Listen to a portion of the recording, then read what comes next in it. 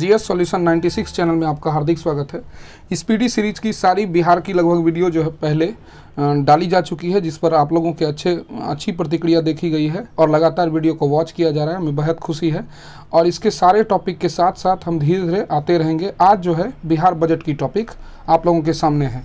Channel को लगातार देखते रहिए, शेयर करते रहिए, सब्सक्राइब करते रहिए। इसी तरह हौसला अफजाई के बाद जो है हम लोग लगातार वीडियो को लाते रहेंगे, चूँकि आगामी 7 तारीख को संभावित बीपीएससी 67वीं की प्री की जो है तिथि दे दी गई है। तो आप लोग जोर शोर से तैयारी पर लगे रहिए और लगातार पढ़ते रहिए, क्योंकि बिहार से जो है 15 से 17 हिस्ट्री से लेकर करंट अफेयर्स के प्रश्न मिलाइएगा तो टोटल 12 से 15 प्रश्न निश्चित तौर पर आते हैं। तो आप लगातार देखते रहिए।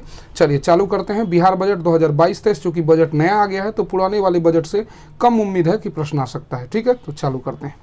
28 फरवरी 2022 को बिहार के डिप्टी सीएम जो हैं, साथ साथ वे वित्त मंत्री भी हैं, तारकिशोर प्रसाद ने वित्तीय वर्ष 2022-23 के लिए अपने कार्यकाल का दूसरा तथा राज्य का 15वां बजट पेश किया। याद रखिएगा कि कहेगा कि इस बार जो है 22-23 में बिहार का कितना बजट पेश किया गया है, तो आप क्या कहिएगा? 15वां बजट है। ठीक है, चलते हैं आगे।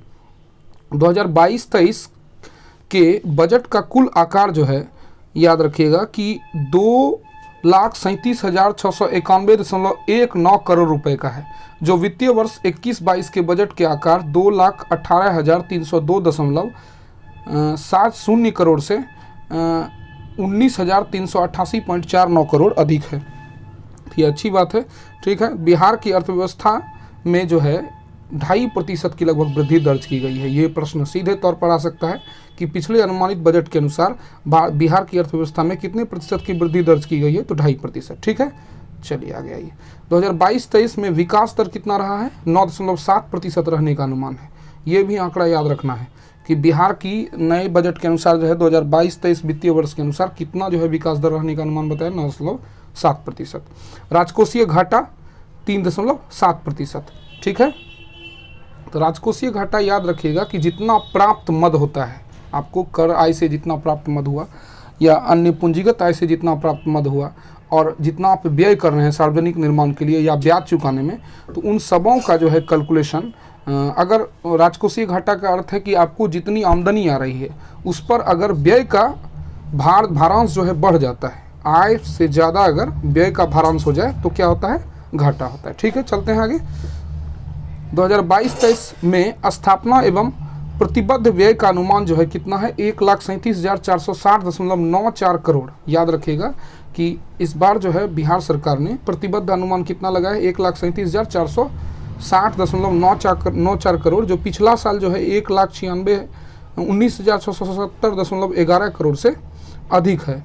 ठीक है, तो प्रतिबद्ध व्यय जिसको कहते हैं 1,20,015.36 करोड़ के अंतर्गत में देख लीजिए इसमें क्या क्या है जो बिहार सरकार के द्वारा खर्च किया जा रहा है। जिसमें वेतन का जो मद है, जितने कर्मचारी बिहार सरकार के अंतर्गत प्रतिमान है या यहाँ पर जितने भी अन्य कर्मचारी काम करते हैं, ठीक है, तो इसमें है कि 64,788 यानी 64,788.01 करोड़ रुपए जो है ये वेतन मद में जाता है और पेंशन मद में 24,252.29% जाता है। ब्याज भुगतान जो है यानी ऋण या पूंजीगत प्राप्ति जो करते हैं उसमें से बहुत सारा अंश जो होता है वह लोन के रूप में होता है। ठीक है, तो उसका जो मतलब ब्याज भुगतान का जो अंश है 1,63,005 यानी 16,305, सॉरी माफ़ करिएगा, 16,305 करोड़ रुपए जो है ये ब्याज भुगतान की अदायगी का अमाउंट है। ठीक है, तो याद रखिएगा कि पूंजीगत प्राप्ति के और पूंजीगत भुगतान में क्या होता है कि पूंजीगत आय से जो आप राशि प्राप्त करते हैं, चाहे लोन के रूप में प्राप्त करिए जो करिए, इसके बदले में हमें ब्याज भुगतान प्राप्त देना होता है। ठीक है, तो लोक ऋण अदायगी देखिए, और ऋण का जो है कितना भारांश जो है वापिस किया गया है, तो ऋण में 1,46,000 मतलब 1,14,670 कितना किया गया है? 14,670 करोड़। ठीक है, चलिए 2022-23 का बजट 6 सूत्रों पर केंद्रित है। ये पूछेगा कि वर्तमान बजट जो है 2022-23 का यह किस पर केंद्रित है, तो कहिएगा 6 सूत्रों पर। 6 को विशेष रूप से ध्यान दिया गया है, जिसमें स्वास्थ्य है, शिक्षा है, उद्योग एवं उद्योग में निवेश है, कृषि एवं संबंधित क्षेत्र है। ठीक है, आधारभूत संरचना है जिसमें ग्रामीण और शहरी दोनों क्षेत्रों पर ध्यान दिया गया है, जिसमें रोड लाइन और ट्रेन रूट, इसके अलावा अन्य संसाधनों पर भी जोर दिया जाएगा। अगर नदी से जुड़ा हुआ है तो वहाँ पर जो है स्टीमर की व्यवस्था है, कल्याण विभिन्न वर्गों का, जिसमें जो है विकलांग से लेकर हर प्रकार के व्यक्तियों के लिए, SC ST OBC इस सब के लिए व्यवस्था की गई है। तो याद रखिएगा 2022-23 का जो है बजट 6 सूत्रों पर केंद्रित है। शिक्षा, स्वास्थ्य, उद्योग, निवेश, कृषि, आधारभूत संरचना और कल्याण। ठीक है, चलिए प्रथम सूत्र स्वास्थ्य के बारे में जानते हैं। तो बिहार में कोविड टीकाकरण के मामले में देश के अग्रणी राज्यों में से एक है। अभी तक ये पूछा जाएगा, ये आंकड़ा दिया होगा MCQ में, सीधे तौर पर पूछा जाता है कि अभी तक कितने लोगों को जो है टीकाकरण किया जा चुका है। तो उस समय तक के प्राप्त आंकड़े के अनुसार 11.80 करोड़ से अधिक लोगों का टीकाकरण हो चुका है। ठीक है, तो इस तरह के आंकड़े वाले प्रश्न कम संभावना है आने की, चूंकि यह आंकड़ा बदलते रहता है, इसलिए इस पर ज़्यादा जोर देने की जरूरत नहीं है। राज्य सरकार के सभी चिकित्सा महाविद्यालयों एवं स्वास्थ्य संगठनों में 122 जगहों पर PSA ऑक्सीजन जनरेटर प्लांट लगाया गया है। राज्य सरकार ने 2022 में स्वास्थ्य सुविधाओं को बेहतर बनाने के लिए 16,134.39 करोड़ रुपए का प्रावधान किया है। तो याद रखिएगा, ये पूछा जाएगा कि स्वास्थ्य के क्षेत्र में, ठीक ना, प्राइमरी केयर के लिए जो है कितने करोड़ रुपए का प्रावधान है 2022-23 के बजट में। तो 16,134.39 करोड़ का प्रावधान है। ठीक है, चलते हैं आगे, दूसरा सूत्र पे आइएगा, शिक्षा। राज्य सरकार द्वारा माध्यमिक विद्यालय विहीन पंचायतों में कुल 6,298 उच्च माध्यमिक विद्यालय के भवन निर्माण है। तो ये पूछा जा सकता है कि शिक्षा के क्षेत्र में मतलब हाई स्कूल के निर्माण में या +2 स्कूल के निर्माण में कितना करोड़ दिया गया है? 7,530.42 करोड़। ठीक है, अब कितना निर्माण किया जाएगा?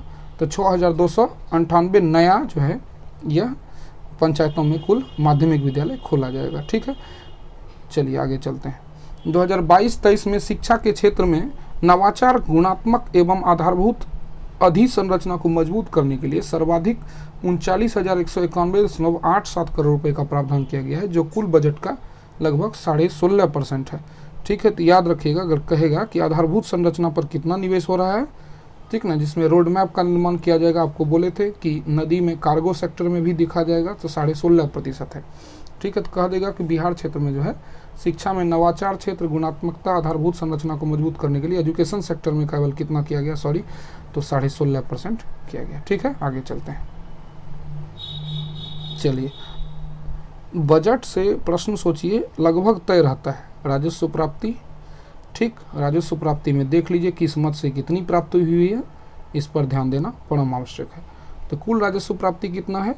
2,37,891.94 करोड़। ये याद रखिएगा आंकड़ा कुल, जिसमें कुल प्राप्ति में राजस्व प्राप्ति कितना है। तो राजस्व प्राप्ति में याद रखिएगा कौन कौन मद आता है। सबसे पहले तो कर से कितना मद आया, गैर कर से कितना मद आया, ठीक ना, केंद्रीय कर में राज्य का हिस्सा उससे कितना मद आया, गवर्नमेंट की जो सेंट्रल गवर्नमेंट की सब्सिडी है उससे कितना मद आया, ये सभी राजस्व प्राप्ति के अंतर्गत आते हैं। ये पूछा जा सकता है कि राज्य सरकार की राजस्व प्राप्ति का हिस्सा है, तो याद रखिएगा राज्य का कर राजस्व तो होगा ही, गैर कर राजस्व तो होगा ही, केंद्रीय करों में राज्यों का हिस्सा तो होगा ही, और केंद्र सरकार से सहायता अनुदान होगा ही। अब देख लीजिए किससे कितना आया है, ये ध्यान देने की बात है। तो सबसे पहले 41,387 करोड़ रुपया जो है यह राज्य सरकार का कर राजस्व का हिस्सा है, जो कि टोटल मद का 21% है कुल प्राप्तियों का। ठीक है, और गैर कर राजस्व से कितना आया है? 6,135.62%, जो 3% है। केंद्रीय करों में राज्य का हिस्सा कितना है?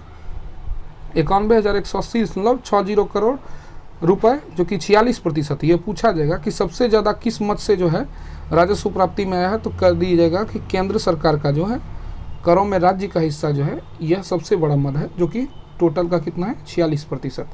ठीक, और सब्सिडी अनुदान दूसरे स्थान पर आता है 30%। यानी राज्य सरकार को प्राप्ति का सबसे बड़ा मद माना जाता है केंद्र सरकार। केंद्र सरकार या तो कर के जरिए राज्य को हिस्सा देती है या तो सब्सिडी देती है। ठीक है, चलिए आगे की ओर।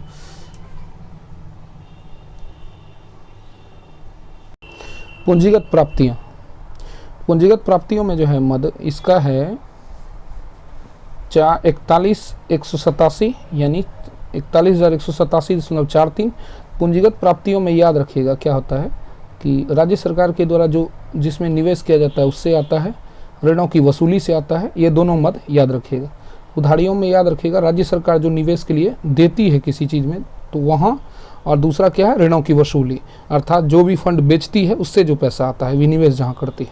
कुल व्यय देखिए, कुल व्यय में याद रखिएगा, कुल व्यय दो तरह का होता है, एक राजस्व व्यय, दूसरा पूंजीगत व्यय। ठीक है, देख लीजिए अब किस किस तरह का होता है। तो कुल व्यय में राजस्व व्यय का अंश कितना है,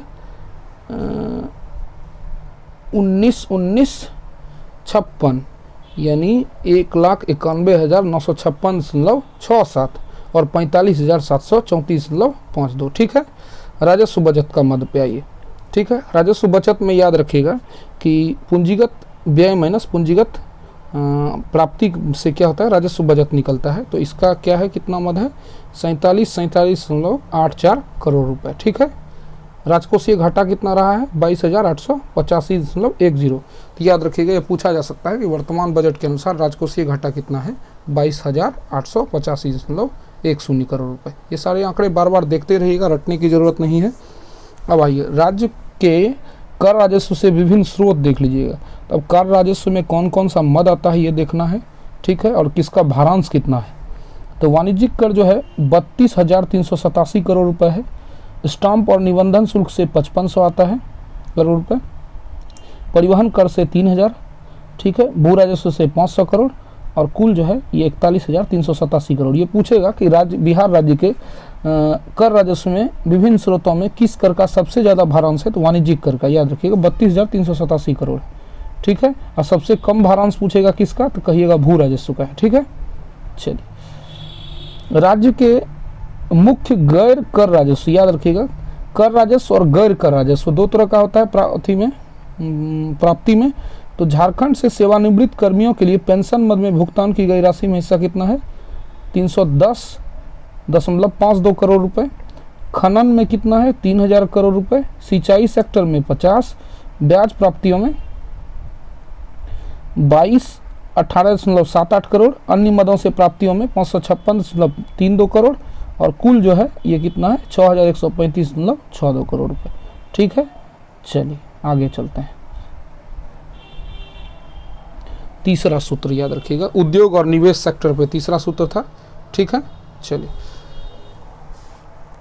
राज्य में निजी निवेश एवं उद्योगों को बढ़ाने के लिए औद्योगिक प्रोत्साहन नीति, स्टार्टअप नीति आदि को लागू किया गया है। इथेनॉल प्रोत्साहन नीति 2021 के तहत जो है 151 इथेनॉल उत्पादन उद्योग स्थापित करने की दिशा में प्रथम चरण की प्रक्रिया की गई है, जिसमें अनुमानित 30,382 करोड़ है। दोनों आंकड़ा याद रखिएगा। ये पूछेगा कि औद्योगिक निवेश में इथेनॉल प्रोत्साहन नीति को बिहार बढ़ावा देने वाला पहला राज्य है। इसके तहत बिहार कितने उत्पादन उद्योग स्थापित करेगा, तो पहले चरण में तो कहिएगा 151 को। इसके लिए कुल अनुमानित लागत कितनी बताई गई, 30,000 करोड़। 30,000 करोड़ के अप्रॉक्स में देगा तो आपको वही मारना है। ठीक है, राज्य सरकार ने वर्ष 2021-22 के दौरान मुख्यमंत्री उद्यमी योजना के अंतर्गत 15,986 उद्यमियों को प्रोत्साहित किया है, जिसमें 800 करोड़ रुपए निवेश हुआ है। ये पूछा जा सकता है प्रश्न, 2021-22 के दौरान मुख्यमंत्री उद्यमी योजना के तहत कितने उद्यमियों को शामिल किया गया है, तो 15,986 और 800 करोड़ रुपए इस पे निवेश हुआ है। ठीक है, चलिए, उद्योगों एवं उद्योग में निवेश मद में बजट 2022-23 में 1643.74 करोड़ रुपए का प्रावधान किया गया है। याद रखिएगा, उद्योग सेक्टर में निवेश मद में बजट में कितना रखा गया, 1643.74 करोड़। ठीक है, चौथा में आइए, अब कृषि और इससे संबंधित सेक्टर हैं। ठीक है, एग्रीकल्चर एंड एलाइड सेक्टर इसको कहा जाता है। तो एलाइड सेक्टर में याद रखिएगा कृषि पर ही आधारित जितने भी क्षेत्र हैं, जिसमें मुर्गी पालन हो गया। ठीक है, कुक्कुट उत्पादन, मछली पालन, गोवंश का विकास, सहकारिता उद्योग जिसमें डेयरी आता है पूरा। ठीक है, चलिए, कृषि को उद्योग से जोड़ने के लिए अतिरिक्त रोजगार उपलब्ध कराने के उद्देश्य से राज्य सरकार ने खाद्य प्रसंस्करण नीति बनाई है। ठीक है, फूड प्रोसेसिंग नीति है। देखिए अब क्या है, पॉलिसी है 2022-23 में कृषि एवं संबंध सेक्टर, जिसको एलाइड सेक्टर कहते हैं, के विकास के लिए 7712 यानी 7,712 करोड़ रुपए के बजट का प्रावधान किया गया है। ठीक है, पांचवा सूत्र आधारभूत संरचना से है। बिहार में 80% ग्रामीण आबादी जो है, 80% आबादी गांव में निवास करती है। इसलिए राज्य सरकार ने ग्रामीण अर्थव्यवस्था को मजबूत बनाने के लिए ग्रामीण को विश्व स्तरीय सुविधा प्रदान करने के लिए, जहां एक ओर सड़क, बिजली, शिक्षा, स्वास्थ्य, स्वच्छ जल इत्यादि के क्षेत्रों में बजट को बढ़ाया है, वहीं दूसरी ओर ग्रामीण विकास एवं शहरी विकास पर प्रत्यक्ष रूप से 29,749.64 करोड़ रुपए व्यय किए हैं। ठीक है, चलिए अब आइए, 2022-23 के बजट में प्रावधान किया गया। याद रखिएगा, इंफ्रास्ट्रक्चर का बात करेगा, ये 5वां सूत्र है। इंफ्रास्ट्रक्चर के अंतर्गत वह मूलभूत चीज़ होता है जिसके जरिए जो है औद्योगिक विकास की गति को तीव्र किया जा सके। तो अर्थात संचार सेवा को सबसे पहले वेटेज दिया जाता है। दूसरा है कि टेक्निकल एजुकेशन आपको अवेलेबल होना चाहिए। तीसरा है कि उस क्षेत्र में रहेंगे तो स्वास्थ्य सुविधा बढ़िया होनी चाहिए, जिसके अंतर्गत स्वच्छ जल को रखा गया है। ठीक है, तो ग्रामीण और शहरी दोनों सेक्टर को इसमें ध्यान दिया जाता है। ये पूछेगा कि आधारभूत संरचना पर कितना निवेश किया है बजट में, तो 29,749.64 करोड़। ठीक है, चलिए छठा सूत्र देखिए, विभिन्न वर्गों का कल्याण। तो इसमें SC ST OBC, ठीक ना, अन्य पिछड़ा वर्ग, अल्पसंख्यक, महिला, बच्चों का कल्याण, ये सब शामिल है। ठीक है, 2022-23 में इन वर्गों के कल्याण के लिए कुल 12,375.07 करोड़ रुपये 12,375.07 करोड़ रुपये के बजट का प्रावधान किया गया। ठीक है, चलते हैं। देखिए बजट में किसमें कितना दिया गया वेटेज अभी पढ़ भी चुके हैं, फिर भी जो है इसकी एक लिस्ट दी गई है, आप इसको रिवीजन कर लीजिएगा। ठीक है, तो ये पूरी लिस्ट को एक बार देखने में सबसे पहले आइए, प्रथम में स्वास्थ्य सेक्टर पर जो है कितना 16,134 करोड़, सेकेंडरी में एजुकेशन है 39,191, तीसरा में जो है 1643.74 करोड़ है, चौथा में 7712 करोड़ है, पाँचवा में 29,749 करोड़ है, और छठा में जो है कल्याण और विभिन्न पिछड़ा वर्गों में 12,375.07 करोड़ है। ठीक है, चलते हैं आगे की ओर। बजट का मुख्य बिंदु जो है, इस पर ध्यान देने वाली बात है।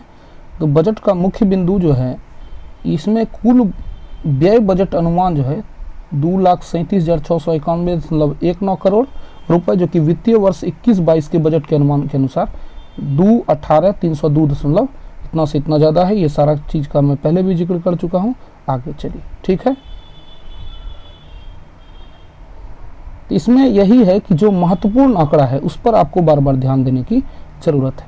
ठीक है, पिछला वर्ष से कितना ज़्यादा रहा है, कितने प्रतिशत की वृद्धि हुई है, ये सब देखना है। ठीक है, तो यहाँ देख लीजिए कि क्या क्या दिया हुआ एक्स्ट्रा में। 2022-23 में कुल पूंजीगत व्यय में 45,734.52 करोड़ है। यह कुल व्यय का लगभग 19.24%। ये पूछा जा सकता है कुल पूंजीगत व्यय का जो है कुल पूंजीगत व्यय जो है कुल व्यय का कितना प्रतिशत है, 19.24%। ठीक है, चलिए आगे। राजस्व व्यय, राजकोषीय घाटा, लोक ऋण अधिशेष, ये सब आंकड़ा जो है आपको काम आएगा। केंद्रीय करों में हिस्से के रूप में 2022-23 में 91,180 करोड़ रुपए ठीक प्राप्त होने का अनुमान है। 2020-21 के अनुमान के बराबर है। वित्त वर्ष 2021-22 में राज्य को केंद्र सरकार के सहायता अनुदान के रूप में 58,001.29 करोड़ रुपए प्राप्त हुआ। ये पूछा जाएगा कि सेंट्रल गवर्नमेंट सब्सिडी कितनी प्राप्त हुई है, तो 58,029 करोड़। ठीक है, या लगभग 58,000 कह देना है। ठीक है, चलिए। कर के रूप में केंद्र सरकार कितना देगी, तो 91,000। ये दो आंकड़ा याद रखना है। सब्सिडी 58,000 और कर के रूप में हिस्सा केंद्र सरकार से कितना मिलेगा, तो 91,000। ठीक है, चलिए। केंद्र और राज्य के बीच कर के बंटवारे के लिए वित्त आयोग होता है। ठीक है, चलिए। राजस्व बचत तो 47,147.84 करोड़, राजकोषीय घाटा 25,885। ठीक, लोक ऋण अधिशेष 23,8126 यानी 2,38,126 करोड़। जो GSDP यानी स्टेट का जो है आंकड़ा का 31.95%। ये पूछेगा कि लोक ऋण जो है यह बिहार के कुल GSDP का कितना प्रतिशत है, तो 31.9% यानी लगभग 32%। राजकोषीय घाटा कितना रहा है, 3.47%। राजस्व बचत कितना रहा है, तो टोटल का कितना रहा है, 0.64%। ठीक है, ठीक ना। ग्रॉस स्टेट डोमेस्टिक प्रोडक्ट कहलाता है, इसमें कोई नई बात नहीं है। GSDP कोई भारी भरकम शब्द नहीं है, यानी एक राज्य के सीमा क्षेत्र के अंतर्गत उत्पादित समस्त वस्तुओं एवं सेवा का मूल्य होता है। ठीक है, अंतिम मूल्य होता है। उस बाद दिया पुनरीक्षित लोक ऋण अधिशेष। पुनरीक्षित लोक ऋण अधिशेष में जो है 2,88,107.35 करोड़ 38.66% है। याद रखिएगा, ये पूछेगा कि पुनरीक्षित लोक ऋण का सबसे ज़्यादा प्रतिशत है। ठीक है, पूंजीगत व्यय जो है 29,749.64 करोड़ प्रतिशत रहा है 21-22 में से 1038.38% कम रहा है। ठीक है, विकसित बिहार के लिए 7 निश्चय योजना है, इससे प्रश्न पूछा जाता है। इसमें बजट का देखिए प्रावधान क्या क्या है। ठीक, तो किसान से जुड़े मुद्दे के लिए KCC कार्ड के लिए क्या है, 700 करोड़ रुपए। स्वयं सहायता भत्ता के लिए महिलाओं के लिए स्पेशली है, ये 200 करोड़। कौशल युवा स्किल इंडिया के लिए 225, ठीक।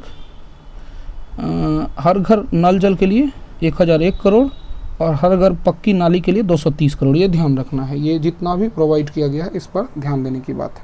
सुशासन के अंतर्गत आत्मनिर्भर भारत के 7 निश्चय 2 के लिए 2022-23 में 5000 करोड़ रुपए के बजट का प्रावधान किया गया है। इस बार पूछा जाएगा कि ये 7 निश्चय की जो है कौन सी सीरीज चल रही है, दूसरी। 2022-23 में इस बार बजट में कितना हजार का प्रावधान किया गया है 7 निश्चय के लिए सुशासन के अंतर्गत? तो 5000 करोड़, ठीक है। चलिए, युवा शक्ति बिहार की प्रगति के लिए तो 1153 करोड़ है। सशक्त महिला सक्षम महिला के लिए 900 करोड़। हर खेत तक सिंचाई के लिए 600 करोड़। स्वच्छ गांव समृद्ध गांव के लिए 847 करोड़, ठीक है। स्वच्छ शहर विकसित शहर के लिए 550 करोड़, ठीक है। सुलभ संपर्कता के लिए 450 करोड़ और सबके लिए अतिरिक्त स्वास्थ्य सुविधा के लिए 500 करोड़ का प्रावधान किया गया, ठीक है। आगे चलते हैं। बजट के संबंध में देख लीजिए अन्य जो है महत्वपूर्ण तथ्य जो परीक्षा के लिए उपयोगी हैं। तो बिहार की अर्थव्यवस्था में 2.5% की वृद्धि हुई है, ठीक है। विकास दर में 9.7%, राजकोषीय घाटा 3.47% रहा है, ठीक। 2022-23 में 6 सूत्री पर जोर दिया गया, 6 सूत्र का मैं जिक्र कर चुका हूँ। आगे है कि बिहार राज्य का सकल घरेलू उत्पाद यानी जीएसडीपी जो है 7,45,310 करोड़ रुपया है। बजट का 39,191 लाख करोड़ रुपए शिक्षा पर व्यय, ठीक, जो कि कुल बजट का 16% है, ठीक है। सबसे ज़्यादा अगर कहेगा किस पर व्यय हुआ है तो एजुकेशनल सेक्टर पर हुआ है, ठीक ना। चलिए, स्वास्थ्य सेवा सुरक्षा स्वास्थ्य सेवा में सुधार हेतु 16,134 करोड़ आवंटन है, ठीक है।